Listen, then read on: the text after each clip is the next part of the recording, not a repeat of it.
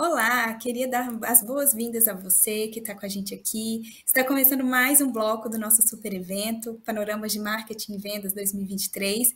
Esse bloco é muito especial. Já me apresentando, sou Luísa França, coordenadora de Educação e Campanhas aqui na RD Station. Estou muito feliz de estar aqui com vocês hoje. Estou usando uma camisa preta de gola alta, sou branca, de cabelos castanhos, estou com um colar dourado. Minha sala aqui tem um painel com a minha televisão e estou aqui super feliz com convidados muito especiais. Para fazer esse bate-papo comigo, a gente tem dois super convidados, Amanda Graciano e Bernardo Brandão. Eu vou pedir para vocês se apresentarem, começando com você, Amanda, e reforçando que a Amanda é uma das palestrantes confirmadas para o RD Summit 2023, então nós vamos nos encontrar em novembro, né, Amanda? Vamos, tô super animada. Eu fico reforçando, gente. Vocês ainda não se organizaram, vão.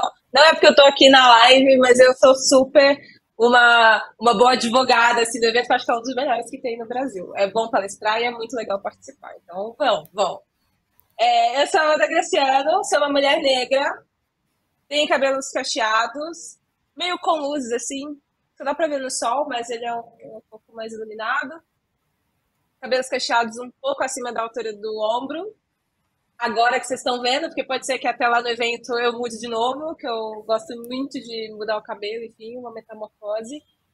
Estou usando óculos redondos, com duas cores, um pouco escuro e um bege clarinho. Estou com uma blusa listrada, vermelho e branco. E atrás de mim é a porta do guarda-roupa e um pedaço da parede que eu tenho lambe-lambe, que são algumas flores. E tá um pouquinho aqui do meu cenário, para vocês conhecerem um pouco. E você, Bernardo, seja bem-vindo. Olá, Luísa, obrigado, Amanda, todo mundo que está assistindo a gente. Eu sou o Bernardo Brandão, sou CMO aqui da RD Station, responsável pela área de marketing.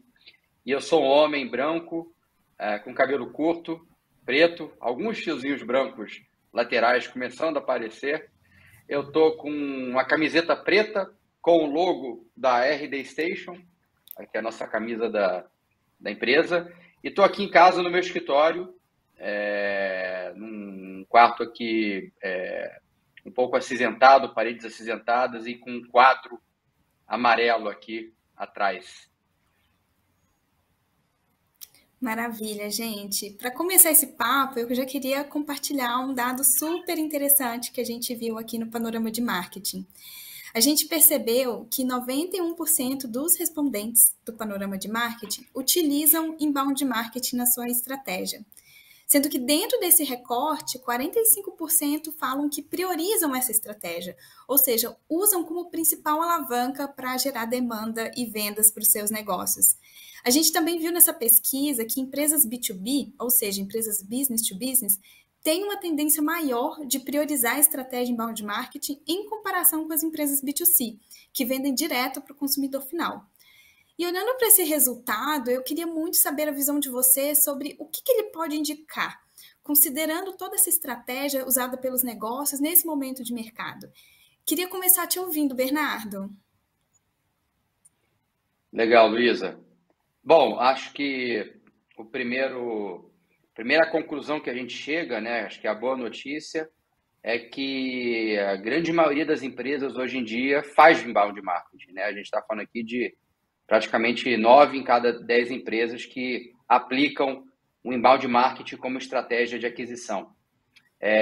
Quando a gente olha essa quebra, né, entre empresas B2B ou empresas B2C, a gente vê quase metade, né, 48% das empresas de B2B que priorizam, ou seja, que tem como principal estratégia o inbound, e essa adoção cai um pouco em B2C. Então, acho que até certo ponto é natural, né, porque o inbound marketing ele começou e se difundiu muito como uma forma, né, de empresas que vendiam serviços e produtos para outras empresas começarem a fazer esse trabalho nos canais digitais. Obviamente, ele é hoje uma grande alavanca de crescimento para muitas empresas. Isso começou também a acontecer no B2C, e eu acho que com a própria digitalização dos negócios, tanto B2B quanto B2C, a gente conseguiu ver uma adoção maior.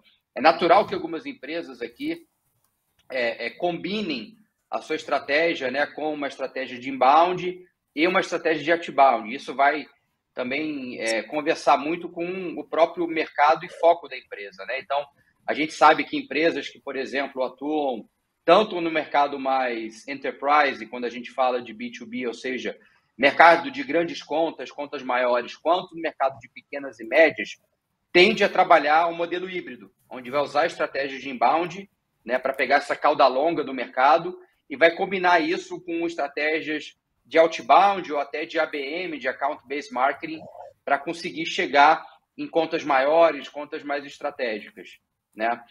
A gente também observa que as próprias empresas B2C hoje também estão, né, ainda que um pouco atrás de empresas B2B, estão adotando estratégias de inbound. A gente vê, né, cada vez mais as empresas se vendo como né, produtoras de conteúdo que podem reforçar a sua autoridade e o seu conhecimento no mercado para ajudar né, pessoas e empresas a resolverem seus desafios, suas dores no dia a dia. Então, acho que é interessante olhar para isso. Mas eu acho que a pergunta mais importante é o seguinte, né? E aí vou pedir para a Amanda aqui também entrar um pouquinho nesse sentido.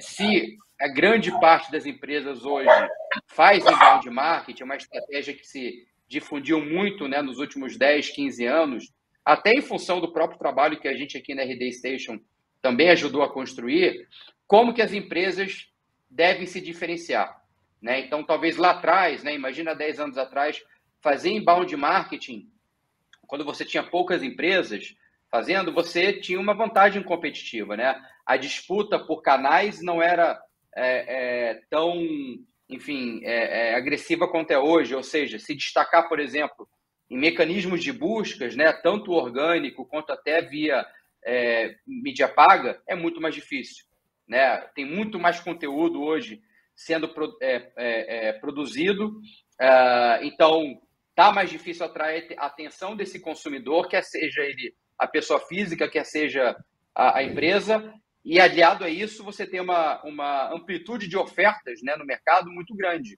Então você pega qualquer segmento, qualquer mercado, você vai ter às vezes, né, 5, 10, 15, 20 ou mais potenciais players, fornecedores para aquele produto ou serviço. Então acho que a pergunta mais importante aqui dado que hoje está todo mundo fazendo inbound, o que, de certa forma, é muito positivo, mas com isso vem um desafio de destaque. Como é que você vai, no meio desse barulho todo, se diferenciar e se destacar? Então, o que é importante nesse momento as empresas focarem? A pergunta de $1 milhão. Sabe que eu fico... Acho que esse dado me mostra que, dado a digitalização, fazer inbound é uma das melhores estratégias para atrair e engajar clientes. Para mim é muito nítido, assim, já era algo que a gente percebia, não é à toa também, é um pouco do que o Bernardo falou, né, do trabalho que a RD vem fazendo nos últimos anos, mas evidencia, né, eu gosto que não são só as vozes da nossa cabeça, já são números das próprias pessoas que atuam nesse mercado, né, acho que trazer esses dados é importante. Para mim tem uma evidência quando eu vejo olhando para o B2B aqui, que são ciclos de vendas mais longos, dependendo do mercado que você atua, a sua estratégia de inbound, ela vai te ajudar a ter sucesso nesse mercado, né? Principalmente, por exemplo, no meu, que a gente está olhando, eu brinco hoje com os meus clientes, que é ajudar com que grandes empresas e médias não vivam seu momento Kodak, né? Muito lindo. Se a gente não tem uma boa estratégia de inbound para explicar ao mercado aonde, como, por quê, quando, é muito difícil eu conseguir trabalhar esse processo de compra desse cliente como um todo. No mercado B2C, isso fica um pouco mais simples, ciclo de vida mais curto, né? O ciclo de compra é um pouco mais curto. A gente, enquanto cliente final, tem outros processos de compra que é diferente quando a gente está sentado em cadeira de tomada de decisão e que a gente quer saber, né? E deter aqui um pouco mais de todo esse conhecimento. Mas para mim também tem uma outra informação interessante, que é como pessoas que são responsáveis, por um lado aqui, não só de olhar para a estratégia de inbound, né, das suas companhias e para essas estratégias de atração de clientes como um todo, é como que isso se encaixa com as outras estratégias da companhia. Eu começo a perceber que o meu time de eventos, o meu time de vendas, né? O meu time de CS, no fim, tá todo mundo muito envolvido na nossa estratégia de inbound e não só mais quem faz as grandes ofertas comerciais, sabe? Ainda mais um ecossistema que está cada vez mais omnichannel. Então, quando eu vejo esse dado, eu fico, putz, mas é claro que faz todo sentido, né? Uma vez que a gente está presente na jornada de vida desse cliente em diversos pontos de contato, ou como que essas estratégias estão cada vez mais conectadas. E aí, Bernardo, quando você fala assim, o como, né? Como ter sucesso? Eu fico brincando, gente, uma parte das respostas a gente sabe, mas outra a gente também está testando, né? É importante entender que dependendo do mercado, do segmento que você atua, certamente alguma coisa vai ter mais peso do que outra. Só para falar, tipo, a gente parte aqui do meu princípio do mundo que eu vivo, mas só tomei com verdade absoluta se a gente está fazendo mais ou menos a mesma coisa. Se não, por favor, adapte. Mas para mim tem a qualidade do conteúdo, se é aquele conteúdo que diz muito mais a respeito do que a Amanda, enquanto tomadora de decisão, está vivendo naquela realidade, e menos o conteúdo que minha mãe, que é farmacêutica, leria e receberia igual, assim. O que traz um grau de desafio que é a personalização. A personalização, ela é uma das coisas desse momento. Aqui a gente está falando de embalde, mas é praticamente tudo. Então, cada área do conhecimento e operação vai ter seus desafios quando a gente trata de personalização. Tem um pouco sobre integração de tecnologias, é um pouco... A gente vai acabar passando também por esse tema, mas conseguir usar bem as outras tecnologias vão fazer com que a gente seja cada vez mais assertivo no que é, né, no como que esse conteúdo do inbound está chegando para esses clientes. E, para mim, a estratégia omnichannel, né, omni tudo. A nossa organização interage com as outras pessoas, as outras organizações, do jeito que o mundo está digital, 24 horas por dia. Né? Não é só depois que a gente passa o nosso horário de trabalho. Dado que é assim, como que vocês estão desenhando essa estratégia de inbound para que a sua companhia, de fato, interaja nessa jornada toda, né? E não só pontualmente. Por mais que uma boa parte dos respondentes usem, ter essa visão clara, né? E realmente usar isso como estratégia, para mim é um grande gol. Assim, o mundo realmente digitalizou, esse é um fato, e é bom a gente usar as boas ferramentas do momento. Com certeza. E vocês falando assim dos canais, né, e de como adaptar cada um a seu segmento, eu fiquei lembrando muito da própria construção do panorama de marketing que está sendo disponibilizada aí agora, né? E que a gente traz esse recorte por segmentos e todas essas informações por canais e essa abordagem omnichannel, então que vai trazer muitos insights bem relevantes relacionados a tudo isso que a gente está conversando. E outra coisa que você mencionou, Amanda, foi do uso de novas tecnologias, e eu acho que isso tem tudo a ver com a nossa próxima pergunta, né? Um outro fator que a gente percebeu com esse panorama de marketing 2023 foi a questão da popularização do ChatGPT e do uso de inteligência artificial. Eu, pessoalmente, fiquei muito surpresa, porque 59% dos respondentes da pesquisa indicaram que hoje já usam essa ferramenta, e pensando que ela foi liberada para o público geral há menos de um ano, né?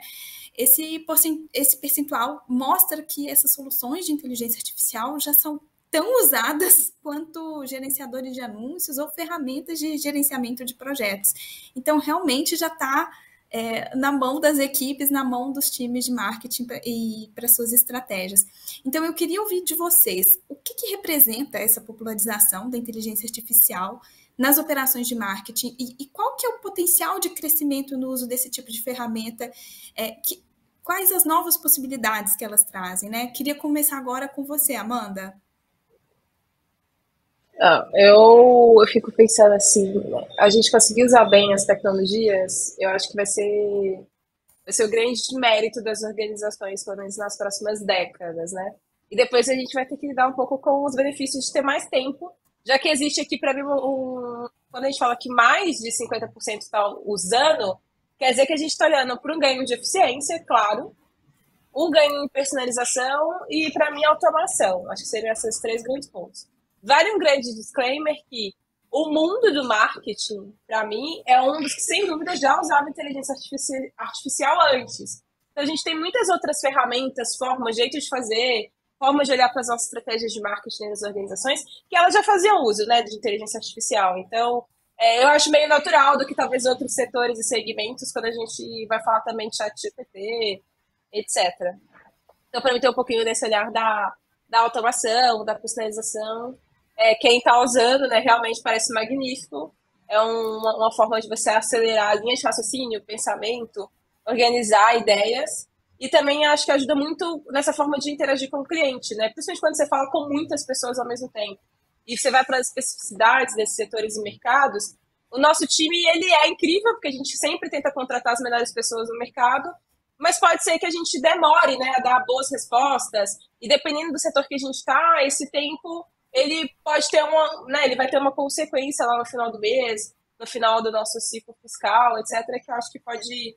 Ele tem um impacto no crescimento. Então, conseguir ter uma boa eficiência, acho que ela vai ajudar muito. No básico do básico, para mim, na criação de conteúdo, eu, enquanto produtora de conteúdo, no meu outro chapéu, além de executiva, eu acho fantástico, porque casa outras ideias que eu ainda não tinha pensado, de outras formas, sobre outras perspectivas, que não eram as minhas triviais. Então, ajuda muito, principalmente quem tem aqui o mercado que está passando por uma grande evolução, os consumidores estão mudando suas características, os gestores tá mudando as gerações, você tem pessoas gestoras com perfis diferentes, olhando para necessidades diferentes. Para mim tem um pouco disso. E quando você me perguntou sobre a aplicação, Luísa, acho que a inteligência artificial vai ser um tanto revolucionária, assim, nos comos, né? A gente vai ter um desafio sobre gestão em si, mas eu acho que isso uma coisa para a gente começar a discutir, mas é um sintoma que a gente vai logo mais. Mas para mim tem 4 grandes blocões, assim. Mais uma vez, a personalização, porque uma vez que uma solução tipo o ChatGPT, ele vai conseguir te responder sobre mais coisas do que necessariamente uma pessoa só conseguiria. Então, é uma ótima ferramenta aqui para ajudar a gente. Ajuda com a análise de dados. Depois que eu destravei o mundo dos plugins do ChatGPT, eu descobri um outro ChatGPT. Então, tem uma coisa aqui muito interessante. É uma ferramenta bem interessante mesmo para ajudar numa análise de dados. Tem a parte de automatizar tarefas. Então, coisas que são muito repetitivas, principalmente nesse mundo nosso que algumas coisas acontecem 24/7. O deixar essas tarefas mais automatizadas não só o ChatGPT, né, mas as outras ferramentas de inteligência artificial podem ser um excelente recurso.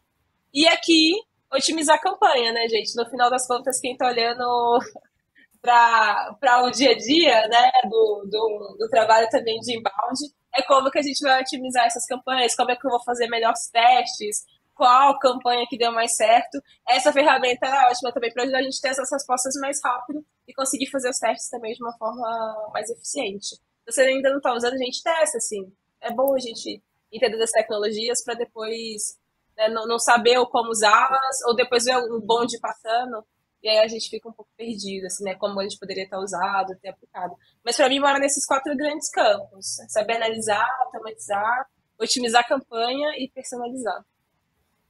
Muito bom, Amanda. E gostei que você trouxe aí alguns exemplos de como, primeiro, como que isso já estava, né, falando de inteligência artificial, já estava no dia a dia do marqueteiro, e também outros casos de uso que vão além do que, assim, dos que ficaram mais populares, né, com o ChatGPT, que são esses muito ligados à produção de conteúdo. Bernardo, queria te ouvir também a respeito desse assunto.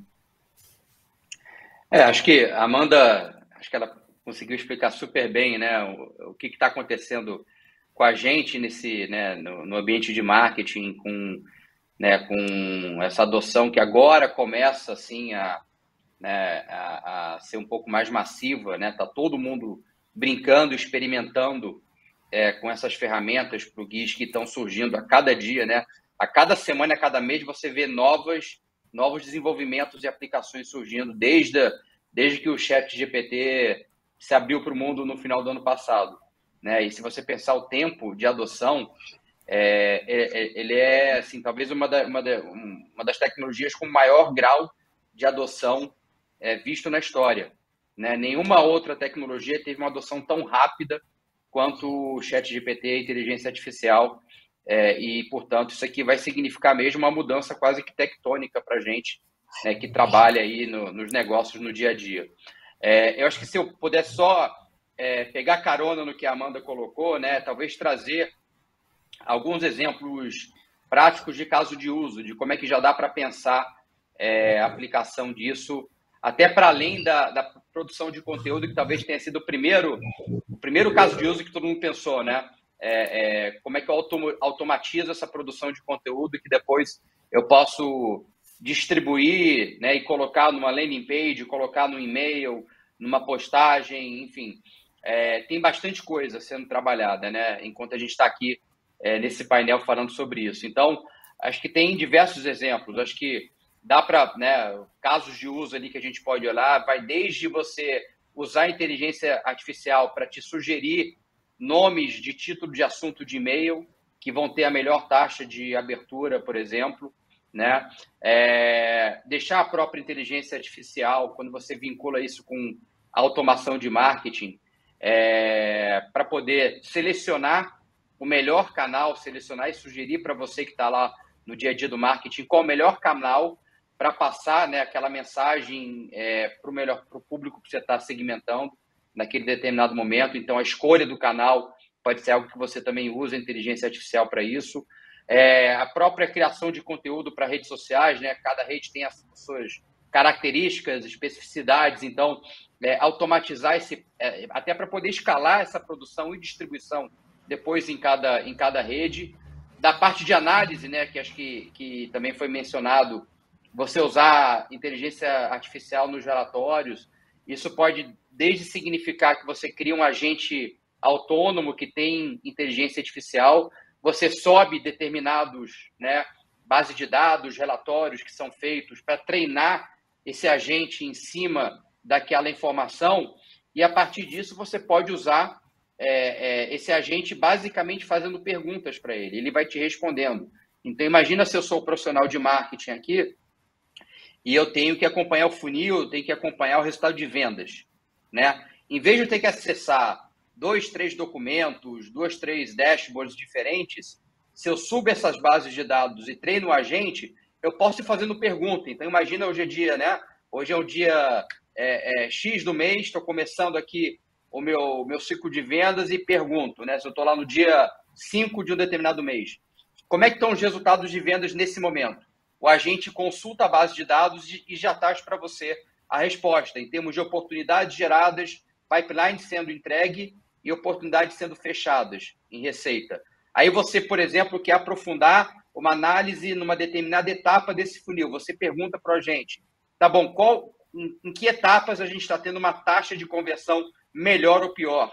Ele vai te trazer esse resultado. Você pode, em cima disso, falar, tá bom, quais canais estão me trazendo leads que performam a melhor taxa de conversão em determinada etapa? E aí ele também vai trazer quais são os canais que naquele momento estão tendo uma otimização maior. Então, você economiza muito desse processo de entender o que está acontecendo, né? E isso te permite não só a ter um acesso e um insight muito mais rápido para tomar ação. Então, se dependendo das minhas perguntas, né, eu estou com um desafio maior de entregar resultado naquele momento do mês, já posso começar a pensar aqui num plano de ativação, um plano de recuperar, né, esse funil ainda para o fechamento mensal. Maravilha. E eu gostei desse caso de uso, pensando em análise de dados, porque eu realmente acho que ele vai ser muito útil para o nosso público, pensando aqui no próximo dado que a gente separou. E fechando rapidinho, né, essa lista de dados que a gente separou para o bate-papo, esse outro também me chamou muita atenção. Apenas 27% dos respondentes dizem que não tem nenhum problema em comprovar o sucesso das ações de marketing. E quando a gente olha para as principais dificuldades apontadas, a gente vê que mais da metade dos profissionais tem algum problema, tem algum desafio ali em gerar relatórios e priorizar essas análises. Então, eu queria que vocês citassem rapidinho para a gente algum risco que as empresas correm quando elas não conseguem comprovar esses resultados. Vamos começar agora com você, Bernardo? Vamos lá. Bom, primeiro, né, eu acho que quando a gente olha esse número, né, 27% não tem problema, isso significa que mais de 2/3 tem problema. Tem um desafio hoje de comprovar sucesso das ações, né? E acho que é aqui que a gente deveria procurar entender o que está por detrás. Então, quando você tem, né, uma grande parte, aí 2/3 das empresas com essa dificuldade, entender o que está acontecendo, né? E aqui acho que tem alguns highlights aqui das dificuldades, né? de 56% tem dificuldade de gerar relatório, fazer análise, muito manual, 53% priorizar essa análise na rotina mesmo de trabalho e 52% coleta de dados. Então, eu acho que isso aqui tem muito a ver, né, com tecnologia, plataforma e processo. Primeira coisa, eu acho que uma área hoje de marketing que tem dificuldade em comprovar o sucesso vai ter que lidar com diversas dores, né? Não vai conseguir provar valor do trabalho, das ações que estão sendo feitas, dificilmente vai conseguir ter o buy-in, né, da empresa, da gestão da empresa, até para conseguir mais investimento e conseguir trazer mais resultado ao longo do tempo. E, obviamente, né, não é isso que nenhum profissional quer. Então, acho que é extremamente importante comprovar o sucesso das ações. Isso passa por diversos elementos. Passa por você ter, por exemplo, um funil integrado entre vendas e marketing, onde você está fazendo, né, a coleta ou o tracking, né, do topo de funil, de como é que esse topo de funil está sendo qualificado, como essa qualificação está gerando oportunidade, como essas oportunidades estão gerando vendas, o que você está ganhando e o que você está perdendo nesse processo, como que você usa essa informação, né, sobre as oportunidades que estão sendo perdidas para retroalimentar o teu plano, né, para que você consiga entender cada vez mais como que esses leads estão chegando no funil, qual o grau de conhecimento que eles têm sobre a dor que eles possuem, sobre a nossa empresa, sobre a oferta que está sendo colocada e sobre as vantagens competitivas, né? Idealmente, o marketing, né, tem que buscar entregar um lead qualificado com um grau de conhecimento, de entendimento cada vez maior, porque isso acelera o ciclo de vendas. Se a área de vendas tem que investir grande parte do tempo tentando fazer com que o lead entenda esse processo, isso vai demorar mais. Isso vai gerar mais fricção. E, portanto, essa venda vai ser cada vez mais longa, né, num ciclo de vendas. Para que isso aconteça, você tem que trabalhar em alinhamento de processos e métricas. Então, pensa um pouco, como é que está a integração desse funil de marketing e vendas? Ele é integrado? Vocês têm uma visão de lead a oportunidade fechada? O SLA entre as duas áreas, ele está claro? Né? Você tem acordos e combinados sobre as etapas, sobre o que é um lead qualificado, sobre os critérios de passagem de cada etapa, né? Sobre a visibilidade desse dado diariamente para os dois times. Então, como é que tá sendo esse processo? Como que as áreas, inclusive, estão sentando semanalmente, diariamente, para revisar o número, né? Em determinado dia, semana, né? O momento de cada mês. Como é que elas estão levando isso para o fechamento? Então, entender como é que esse alinhamento entre marketing e vendas está acontecendo. Quando a gente olha tecnologia, isso também precisa refletir quando a gente olha para os sistemas e plataformas que a gente trabalha, né? Para você construir essa visão unificada, os sistemas têm que estar integrados, né? Não adianta você puxar dado do sistema de marketing que não conversa com o teu CRM para tentar montar uma visão que vai demorar um dia ou uma tarde inteira para você ficar vendo o retrovisor. Você tem que ter uma visão em tempo real de tudo que está acontecendo, né? Você tem que antecipar a tendência de resultado para poder mudar a trajetória dela ao longo de uma semana, de um mês, se for necessário. Então, acho que também pensar sobre a ótica de plataforma, como é que a tua estratégia de dados está sendo desenvolvida, né? Você tem um repositório de dados que alimenta marketing, que alimenta vendas. Você tem o que a gente chama de fonte da verdade, que é o único sistema onde todo mundo olha para a mesma informação, que é muito normal marketing falar que o número de leads está em X, vendas fala que está em Y. Né? Se você não tem uma visão unificada, você vai ter times conversando com fontes diferentes, que não vão falar a mesma língua e que vão ter dificuldade de identificar aonde estão os desafios em cada etapa desse funil. Então, acho que tem uma série de elementos que precisam ser atacados para que a gente possa elevar, né, de somente 1/3 das empresas conseguirem comprovar o sucesso para muito mais. Eu entendo que isso aqui é parte fundamental do que cada gestor, cada líder, né, de marketing, de vendas tem que olhar. Porque se isso não está acontecendo, provavelmente existe algum desafio ligado a pessoas, processos ou tecnologia. Realmente. Amanda, queria te ouvir também. Olha, eu concordo com tudo que o Bernardo falou. Sabe o que eu fico pensando assim? Me chama a atenção a gente ter falado há pouco que boa parte dos respondentes usam, né, estratégias de marketing, inbound marketing, etc. E colocam isso na estratégia e as pessoas não sabem medir, né? Assim, tudo é uma coisa errada, ou a estratégia, ou o como que a gente está fazendo, ou é a tecnologia, né? Eu acho que conseguir colocar o que o Bernardo falou e descobrir qual que é o problema, para mim é um ponto importante. E aí, por quê, né? Porque a parada da estratégia talvez seja uma palavra que a gente repete e poucas pessoas conseguem executar de fato o que, que estratégia quer dizer, né? Aonde que a gente quer chegar.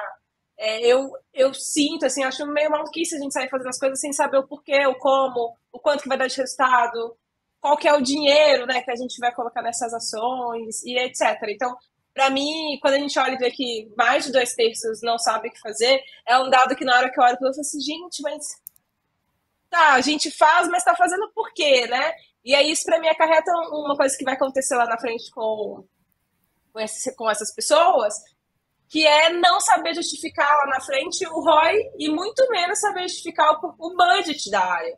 O porquê que eu preciso de mais pessoas, ou porquê que eu quero usar a tecnologia A ao invés da tecnologia B. Bem, são coisas que são muito comuns quando a gente está lidando com a estratégia, né, das operações como um todo, e que parte do que vai nutrir essas conversas importantes são esses dados, né? São os resultados. Se o que eu estou fazendo aqui não está dando resultado, é o ideal que a gente tenha plano A, B, C, D, J e saiba depois testar esses planos para decidir quais são as estratégias campeãs. Quando a gente não está sabendo medir, né, essas estratégias, me chama a atenção, porque a gente pode estar fazendo alguma coisa errada ou olhando para alguma coisa errada lá na frente, né? Então, no bate-meta. Né? Mas a gente não botou um negócio intermediário aí no meio do caminho para a gente saber o que, que a gente estava olhando, como que a gente estava olhando, né? Isso me chama sempre muita atenção, especialmente quando a gente está falando de estratégia, que eu falo, olha lá, é a estratégia que ninguém sabia muito bem como trabalhar. Para mim, os dois riscos principais são o ROI, estamos no mundo capitalista, a gente vai precisar justificar lá na frente qual que é o retorno de investimento. É isso, assim, as coisas são como são, então não saber medir, você vai ter dificuldade para trazer essa informação. E depois a gente não vai saber, no mundo corporativo especificamente, por que, que a gente precisa de mais dinheiro, ou por que, que eu preciso de mais recurso, mais investimento para gerar que tipo de impacto, que tipo de resultado, né? Então, antes talvez de ter a fonte da verdade, etc., voltar um pouquinho atrás para descobrir até o como, né? O que, que a gente vai construir, como que a gente vai construir, investigar nas outras áreas de negócio quem tem usado o dado da forma mais eficiente possível, pode ser uma boa forma da gente conseguir descobrir, né, um jeito de manipular a informação. E para mim tem uma terceira coisa, que eu não sei se a gente já deu um nome para isso, mas isso vai acontecer eventualmente, que para mim cai no mesmo lugar de usar a inteligência artificial, tá? Um chat GPT e etc. Que é o dado. Dado, gente, número é magnífico. Ele é o que a gente quiser que ele seja. E aqui tem um outro erro também quando a gente mexe e trabalha com dados, né? A gente tem que ter uma cultura muito bem orientada para dados para a gente conseguir entender bem essas informações que vão ser geradas do nosso trabalho. E aí, quando eu comparo com o chat GPT, é ótimo, mas ele é muito incrível para quem realmente sabe para que está usando. Porque se você for lá só conversar é maneiro, mas você poderia estar tendo resultados incríveis se você soubesse o que quer. Para mim, o dado ele tem essa mesma característica, né? Se você não souber o como que você vai usar aquela informação, construir, né, aquele dado para a gente ter esse lugar da organização em que a gente vai conseguir conectar essas informações, compará-las, etc., é preciso a gente dar um espaço para trás e falar, tá bom, como que eu preciso que essas informações sejam organizadas para que, de fato, eu extraia o dado. Então, acho que eu acrescentaria nessa lista de coisas que o Bernardo trouxe uma cultura orientada a dados. Ela vai ser uma cultura predominante, assim, porque para onde não pode mais as vozes da nossa cabeça serem quem vão definir as coisas e a gente ter essa cultura orientada para dados vai contribuir para a cultura de resultados. Mas se a gente não souber medir, não vai dar para saber se a gente está dando resultado, né, lá na frente. Gostei muito disso que você falou, de cultura de dados para levar a uma cultura de resultados, né? Porque a impressão que eu tenho é que quando a gente não consegue ler, interpretar, acompanhar e comprovar os resultados com os dados, é como se estivesse trabalhando de olhos vendados, né? conduzindo uma estratégia sem ver onde está, para onde está indo. Então, realmente, a importância disso tudo. E, gente, fechando aqui, eu queria agradecer muito pelas respostas, pela participação, Amanda e Bernardo. Foi uma conversa muito rica, anotei várias coisas aqui e, infelizmente, estamos chegando ao final do nosso papo. Então, queria reforçar o agradecimento a vocês pela participação e queria também deixar um convite aqui para o público, para quem está nos assistindo, deixar um recado muito importante. Se com esses dados você percebeu que precisa impulsionar a performance de marketing e vendas da sua empresa, então não perde essa chance não, tá bom? Nós liberamos algumas vagas para um diagnóstico de marketing e vendas gratuito e personalizado aqui com os especialistas da RD Station. São pouquíssimas vagas disponíveis, então para conseguir a sua, eu convido você a ler o QR Code aqui na tela, ou se não acessar o link que a equipe vai colocar agora no chat e garantir sua vaga. Combinado? A gente te espera aí. E queria agradecer muito a sua companhia aqui no bloco e vou agora voltar com o pessoal dos estúdios da RD para a gente continuar com o nosso evento. Tchau, tchau!